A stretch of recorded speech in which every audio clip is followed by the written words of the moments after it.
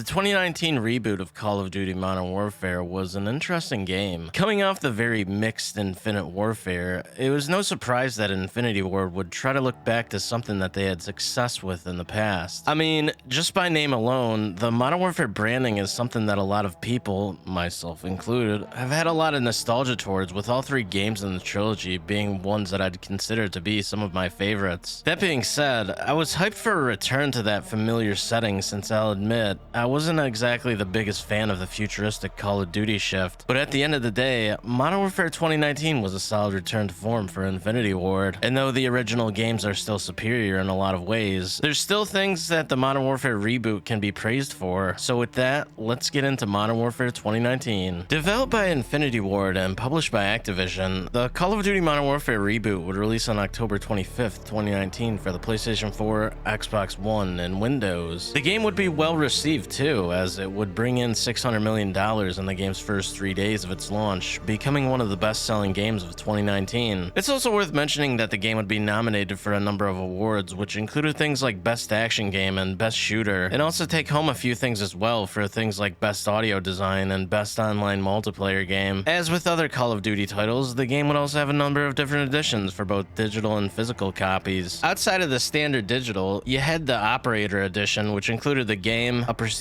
token for Black Ops 4, and the Operator Pack, which gave players 3 themed operator skins and 3 cosmetic weapon variants. Additionally, there would also be a custom in-game tactical knife as well, and also 3,000 Call of Duty points in the Operation Enhanced Digital Edition. Buyers of the Digital Edition would also receive the XRK Weapons Pack as well. As for the physical, you had the obvious Standard Edition, but also the Precision Edition. This included the game, a steelbook, Call of Duty Modern Warfare thumbsticks, and a controller skin, and all of the in-game content from the previously mentioned Digital Operator Edition. There's also the Dark Edition, which included everything from the Precision Edition, along with the XRK Weapons Pack, as well as a pair of night vision goggles and a stand. It's also worth noting that these also included a Call of Duty Endowment animated calling card from GameStop as well, with the store also offering an exclusive poster to those who pre-order the game. Modern Warfare 2019 also had some promotions as well. You had that Mountain Dew Doritos stuff, which gave rewards for double XP, but also some other stuff like the Mountain Dew app Game Fuel Operator skin and Doritos watch. Oh, and don't forget about this Modern Warfare Doritos snack box, which also included XP codes. In addition to that, there was also a promotion with Totino's, which gave people XP tokens and also things like in-game items. Then there was this Making of Call of Duty Modern Warfare book, which also included a code for an in-game operator skin. But anyways, before moving on, I also wanted to mention that Modern Warfare 2019 didn't have paid DLC for maps or anything like past games, and instead selling bundles for skins. The Spec Ops co-op and multiplayer continue the game's narrative as well, with different seasons. It's also worth mentioning that the Battle Royale Call of Duty Warzone would release as a part of the Modern Warfare reboot as well on March 10th, 2020. Nothing else really to say here, so let's continue, shall we? If you don't want to deal with listening to me recap the story, feel free to skip ahead to the provided timestamp.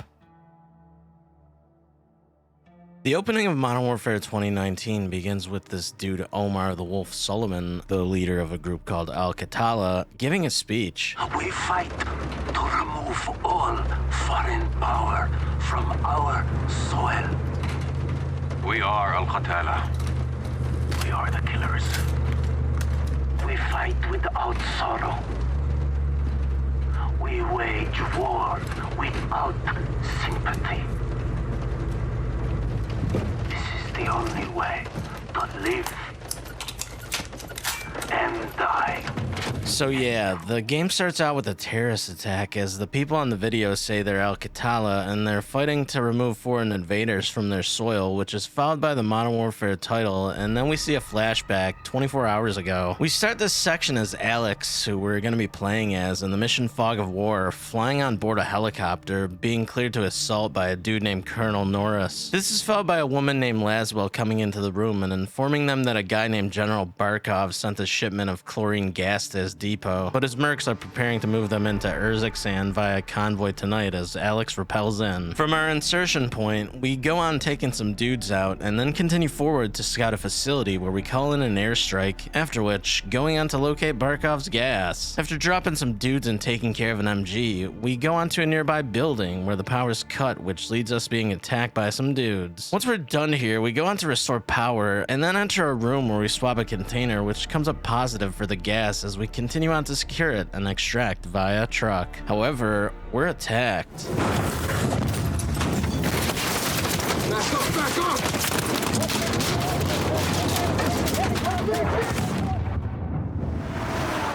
So we see insurgents steal the gas, which ends the level as we go on to this cutscene with Laswell compartmentalizing the operation. This is followed by someone named Lyons coming out to inform Laswell that the Kremlin suspended all deconfliction channels and that the Sixth Fleet is pushing into the Black Sea with chemical weapons now in the wild. We then get a cut to Laswell contacting Price about chemical weapons. I've got a problem.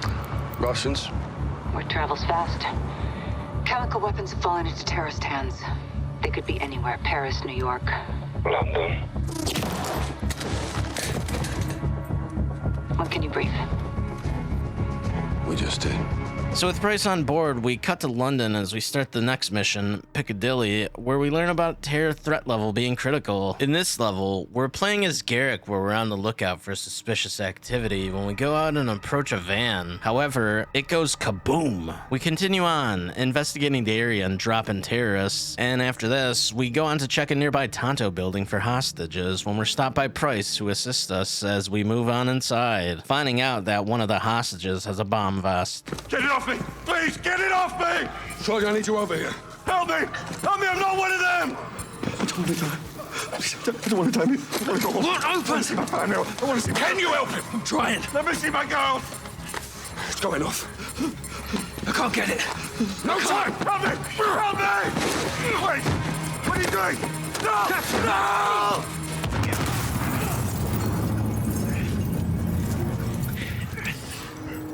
No! All stations.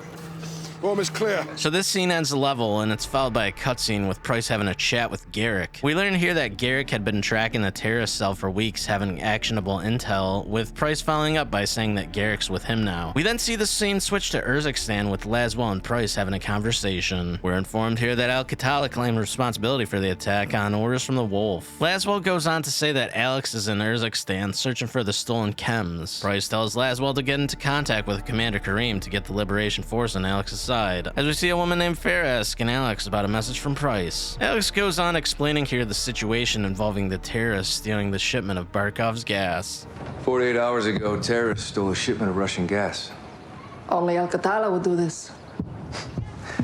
The Russians make no distinction between Al-Qatala and your people. And I make no distinction between Al-Qatala and the Russian army. They're both terrorists. We would never use these poisons.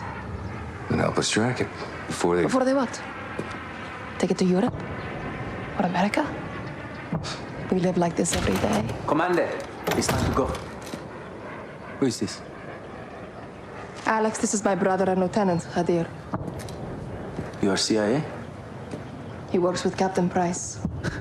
Then you kill Russians, yes? I have friends who can help us. But your sister decides what's next. Of course. My sister is in command. And the Russian army is still here.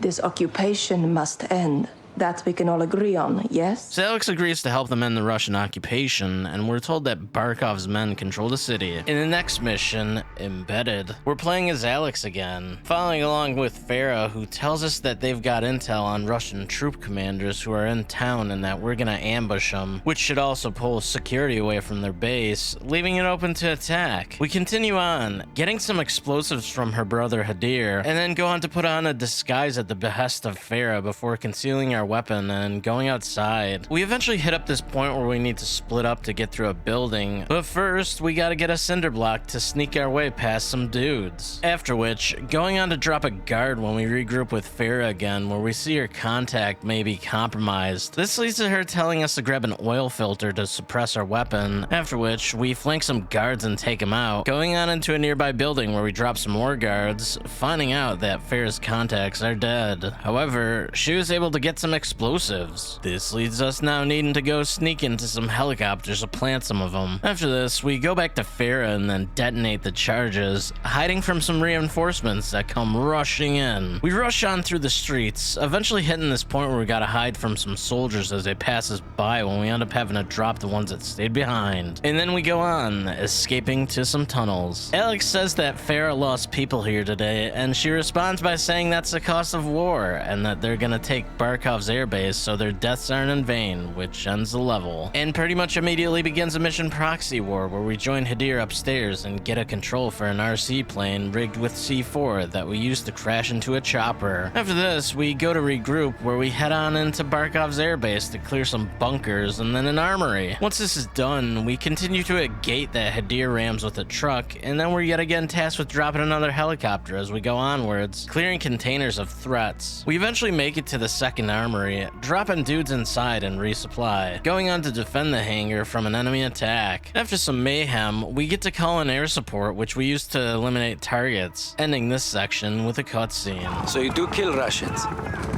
Only the bad ones. Today was a great victory for Kazakhstan. Thank you, brother. We make a good team. Yes, we've bought time.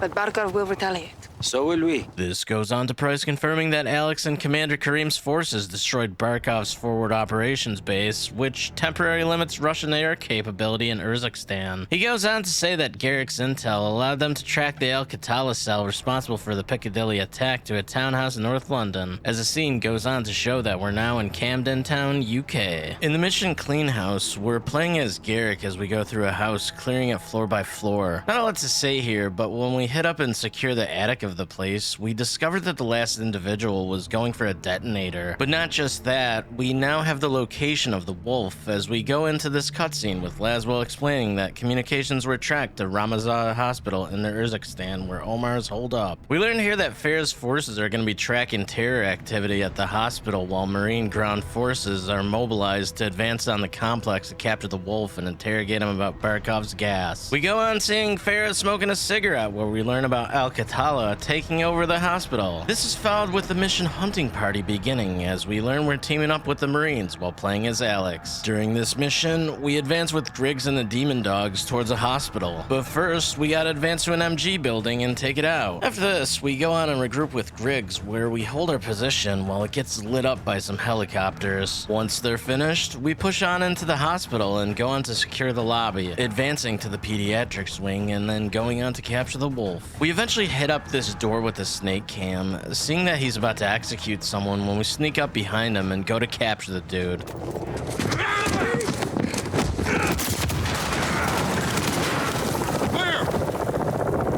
We got you, brother man. You're all right. You good, Alex? Good, Griggs. Omar Suleiman, you are now in custody of the Special Operations Force. Do exactly as you're told, or you're a dead man. Hell yeah. All demon teams, Marines are secure. Wolf is in the bag. So this is followed by a cutscene where there's a crowd at the Urzikstan embassy with this dude named the Butcher demanding that they give them the wolf. But anyways, the wolf says here that his people didn't steal Barkov's gas and that he doesn't know who did. This is followed by Hadir entering the room saying that the dude the Butcher's outside and that they'll burn down the city if they need to when we see that the embassy is being breached. The scene then switches to Price and Garrick, who we're going to be playing as here, as we're traveling with Price via helicopter. However, the chopper gets drilled by an RPG.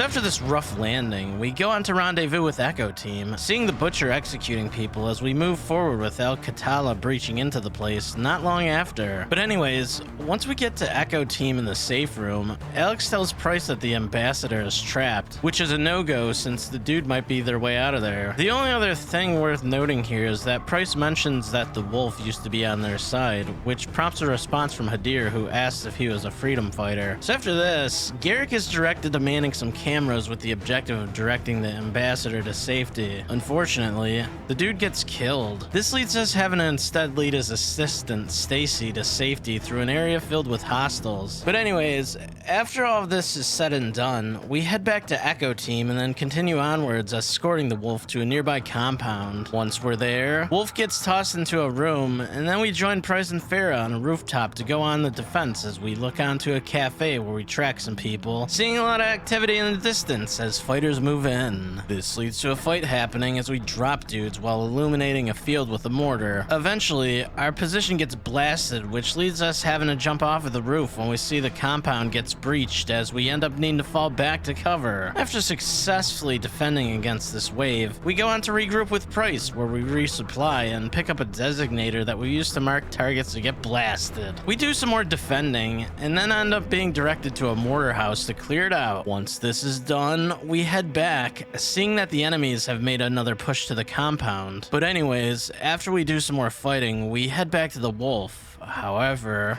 Clear! Who clear?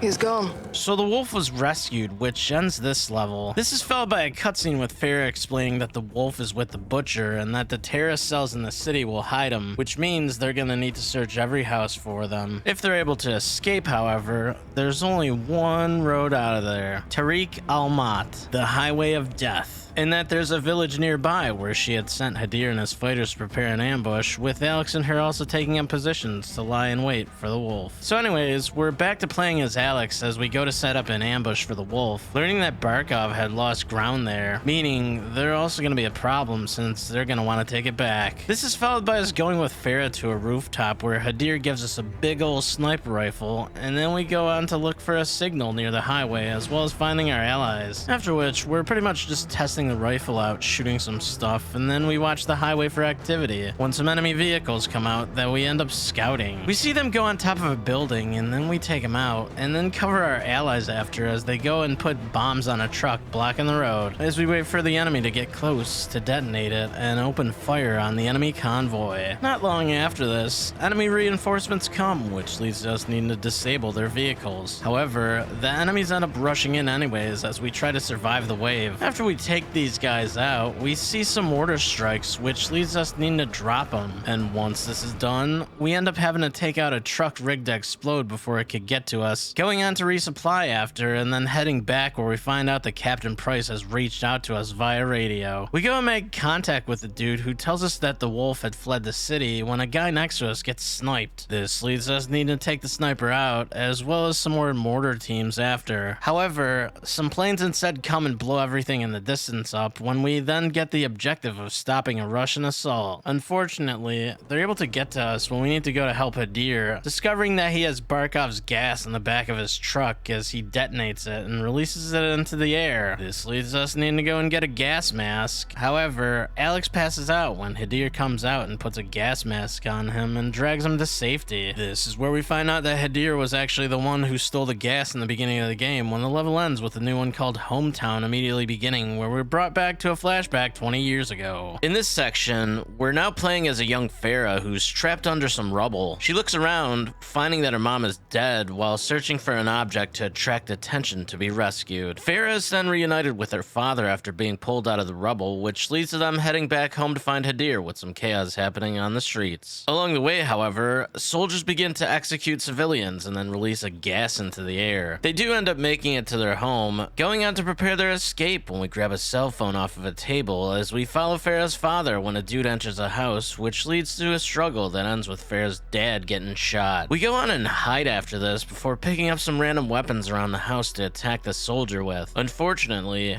Farah ends up getting caught. However, Hadir saves the day by jumping on the dude when we stab the guy repeatedly before he gets the upper hand as we go to grab his AK to drop him and save Hadir. Farah then takes his gas mask and they both try to take his AK, but he ends up being too heavy for them to move. This is followed by them having one last moment with their dad. Baba? My love. You have to get up.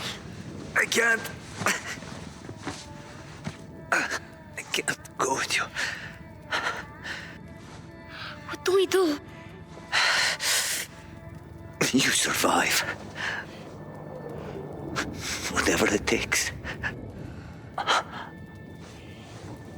Never back down. So sadly, their father dies here, and then they need to head outside and make it through the city, avoiding enemy soldiers to get out of town. Eventually, they make it to this section where we gotta steal a truck by dropping some soldiers after we pick up a gun. However, when Farah and Hadir try to take the truck, they're stopped by Barkov and his men, leading to the two getting captured. This is when we switch back to Alex, with Price and Garrett coming in, as Farah angrily yells out that Hadir was the one who stole Barkov's gas, which also ends the level as we return to base. This is followed with a cutscene where we learn that Hadir went north, being picked up by Al-Qatala fighters. Alex goes on to defend Hadir by saying that his fight isn't with them, mentioning that they believed it was Al-Qatala who stole Barkov's gas in the beginning of the game, and coming to the realization that it was actually Hadir himself. We also learn that we're going after him tonight. We also go on to see a confirmation that Hadir was in possession of the remaining gas when he made contact with the Butcher, and that surveillance had tracked their vehicles to a residential complex in the Arcus Mountains, a place that's also believed to be the Wolf Stronghold. This begins the mission The Wolves Den as we play as Garrick with our objective of finding Hadir and the Wolf,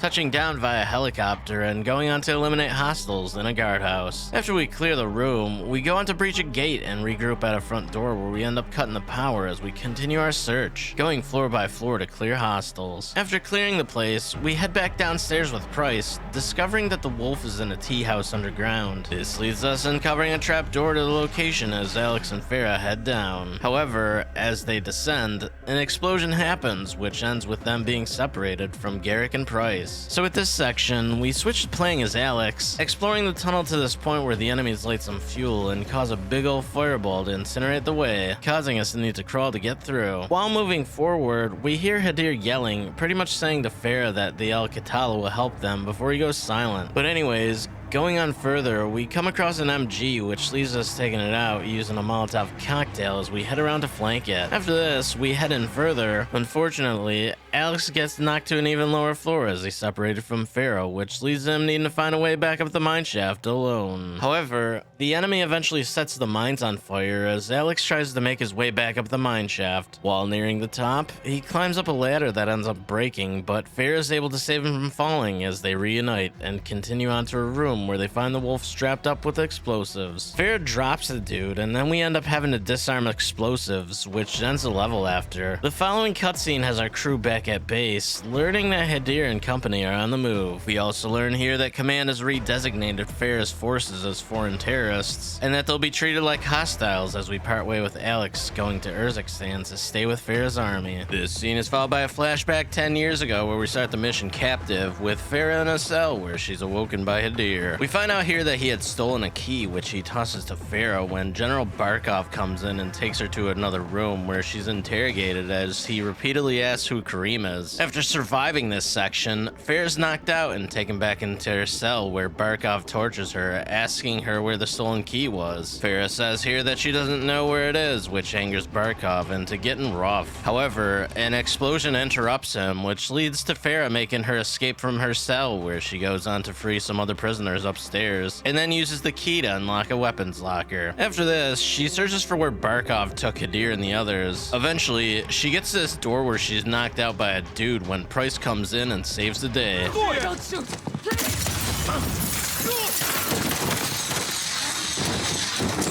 Who's Commander Kareem? I'm Kareem. We got your messages. Lieutenant John Price. Where are the others?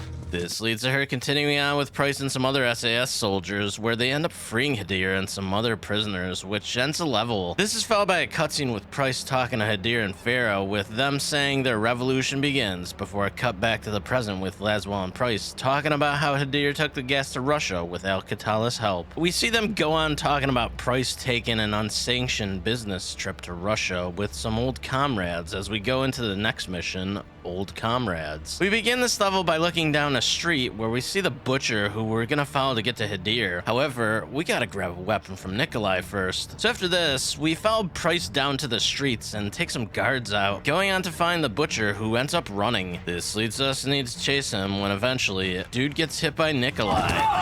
Nikolai! We got him! It's hard to run with concussion, no? So the butcher gets tossed into the back of the van, and we go in after, defending it from the enemy to give Nikolai time to start it back up, which inevitably ends this section, and leads to another where we're interrogating the butcher. However, the dude ain't in a talking mood. This is where we go out and get a truth serum from Nikolai, which turns out to be the butcher's family. After we bring them back, we're given the option to either participate or not. Naturally, I chose to do so. So we go on from here with Price upping the ante by giving Garrick some bullets to threaten the butcher with as we try to get the location of the gas. This leads to him proclaiming that the location of the gas is at Karetka Theater. After this, they ask for the location of Hadir, but we're told it's too late. Price comes to the conclusion that Hadir had gone after Barkov, but anyways, after this, we head out when Price informs Nikolai about the location of the gas, and then we jump into a police car, which ends the level with this brief scene where we see Russians going into the room where we did our interrogation and securing the gas. We then see a scene with Price and Garrick in a police car. Garrick here pretty much mentions the interrogation while showing a little remorse. Boss, what the hell are we doing here? We're cleaning up a mess. With women and children. They were leveraged. They were When hostages. you take the gloves off, you get blood on your hands, Kyle. That's how it works. Where do we draw the line, sir? You draw the line wherever you need it, Sergeant. End of the day, someone has to make the enemy scared of the dark. So this cutscene is immediately followed by the mission Going Dark. In this level, we're playing as Garrick again as we're looking for a way into Barkov's estate to search for Hadir with Price. Seeing that there's an Al-Qatala search party there, heading towards a location, we end up having to kill some lights and take dudes out in order to continue. Eventually, we make it to an overlook of Barkov's estate when we rappel in, dropping some enemies, and then we go on to search multiple locations, getting information from hostages. After we help out the last one, he gives us a door code, and then we go onto the main house to regroup with Price on the 3rd floor to find Hadir. We use the code on a door and then enter, confronting Hadir, who says here that he knows the location of where the gas is being made, with Price taking plans to the chemical factory. However, their conversation is interrupted when Barkov's men attack with a helicopter shooting the place up as we go to make our escape. Unfortunately, the floor collapses and then Hadir helps Price out.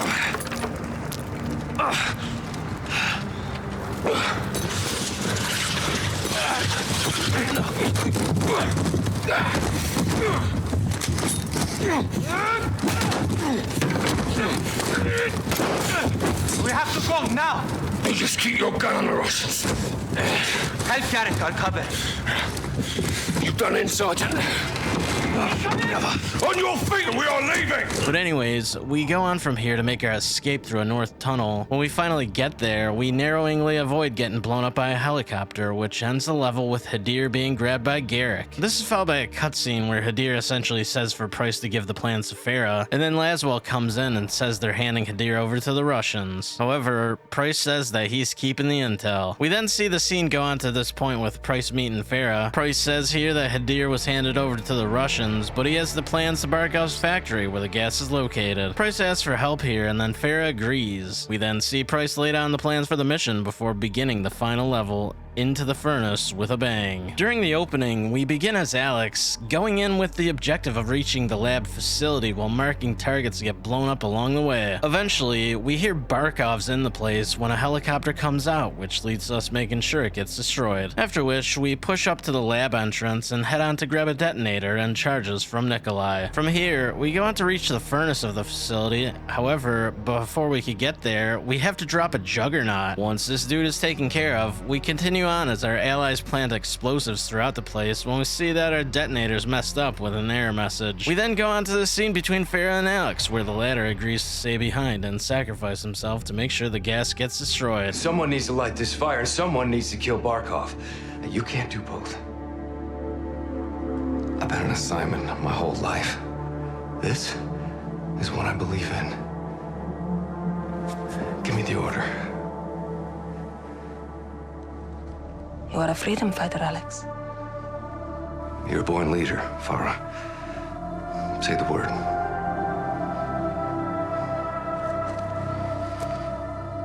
Go. Yes, ma'am. So this is followed up with us switching to Garrick, going on to reach the factory pipeline as we clear out some dudes. After this, we go and plant some charges when we see Barkov's helicopter leaving the area. However, we discover that Farah's on board. She drops Barkov, booting him off the helicopter as we watch the factory go boom with Alex still inside. We then see Farah go into the cockpit of the chopper with her telling Nikolai to take her home to Urzikstan. This is followed by a scene with Laswell and Price having a conversation.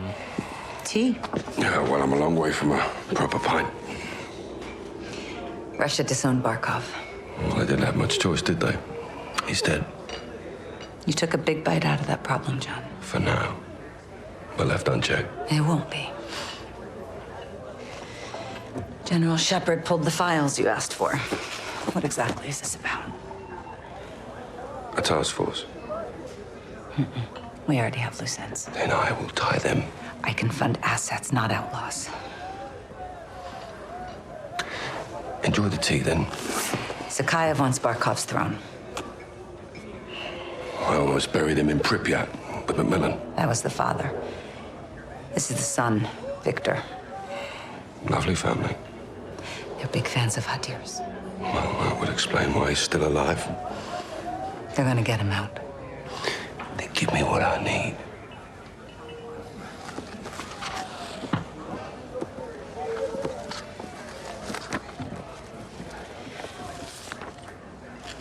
Who's your crew? Sergeant Garrick. Kyle? They call him Gaz. He never said anything. John McTavish, SAS, sniper, demolitions, goes by SOAP. Why? It's classified. There he is. Simon Riley. There's no picture. Never. Now the rest. That's neat to know. Unless we got a deal. What are you calling this task force? 141. However, before we end, there's one last cutscene showing a familiar face with some soldiers coming in, with Laswell, Nikolai, and Price having a chat about the city and the scene being under evacuation due to Al-Qatala with the new person at the helm. Laswell pretty much says that they're launching a multilateral force to hunt Al-Qatala's new leader, which ends a game. And that, my friends, is Call of Duty Modern Warfare 2019.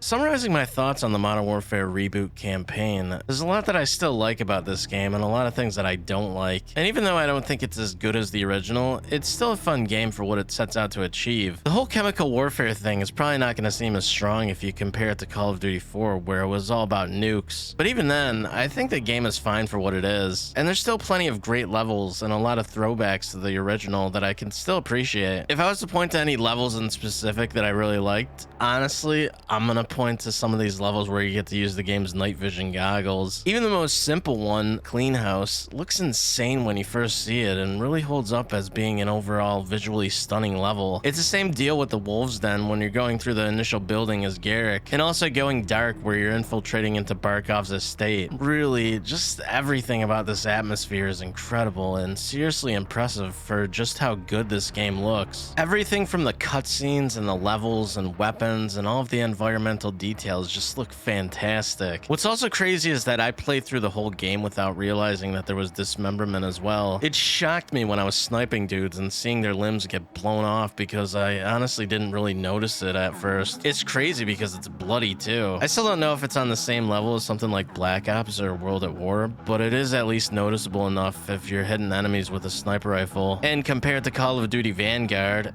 yep, I'm bringing this up, the game feels a lot faster paced in just about every area. That isn't to say that Modern Warfare 2019 feels as smooth as something like Black Ops 6 in the movement department, but I'd say that it still feels pretty damn good to play. I'd honestly say that this is mostly due to the gunplay feeling super fluid and satisfying. Much like Vanguard, however, I don't think I was necessarily too big on the sniping in this game as much as other games in the series. Like, I thought the sniper rifle Hadir gave you was pretty awesome due to how beastly it felt, but I don't know. There was something that was a little off here that I couldn't really point my finger to exactly. Maybe it was because I like the slow motion sniping in Call of Duty World War II's campaign that I've had a difficult time adjusting from there or something, because I couldn't really get into it as much here. But what I could get into was the assault rifles. If I'm picking a favorite weapon in the campaign, it's definitely that AK. This thing felt smooth, and I always found myself looking for one to pick up when I could. In general, though, it really felt like I spent most of my time playing the game using any old assault rifle, but the AK was easily my favorite in the game. The audio department in this game is fine too. The guns all sound okay, some better than others, but no complaints here. I'd say that the voice acting is also okay too. I don't think it's better than the original Modern Warfare trilogy, but I don't think it's bad either. I think what really helps the game a lot in this department is the cutscenes. It really is like watching a movie with how clean these things look.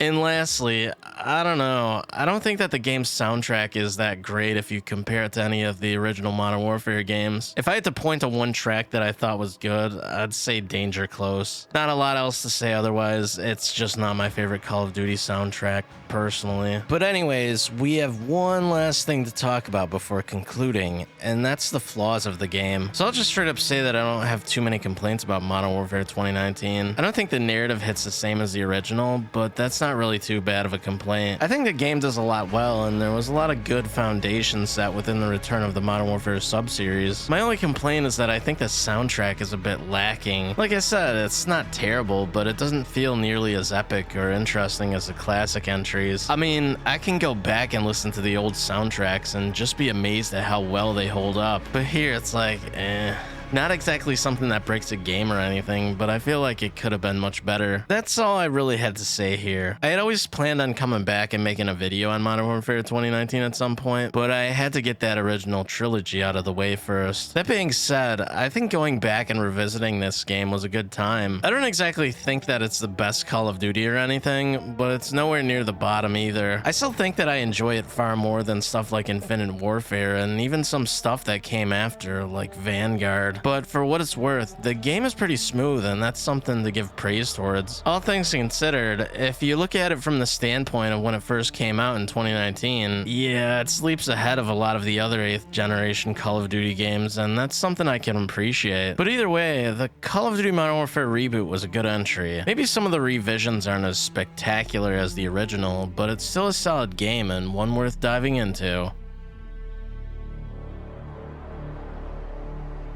Thank you all for watching. I was glad to finally pick this one up because it's been on my agenda for a while now. I just wanted to make sure to get all of the original Modern Warfare trilogy out of the way before I continued on with more of the recent stuff. But I want to know, what did you all think of Modern Warfare 2019? Tell me about it in the comments and I'll take a look. And also, if you already haven't, please consider liking and subscribing. As always, it helps me out. But anyways, we'll be back with more next time, so stay tuned. Until then, take care and peace out.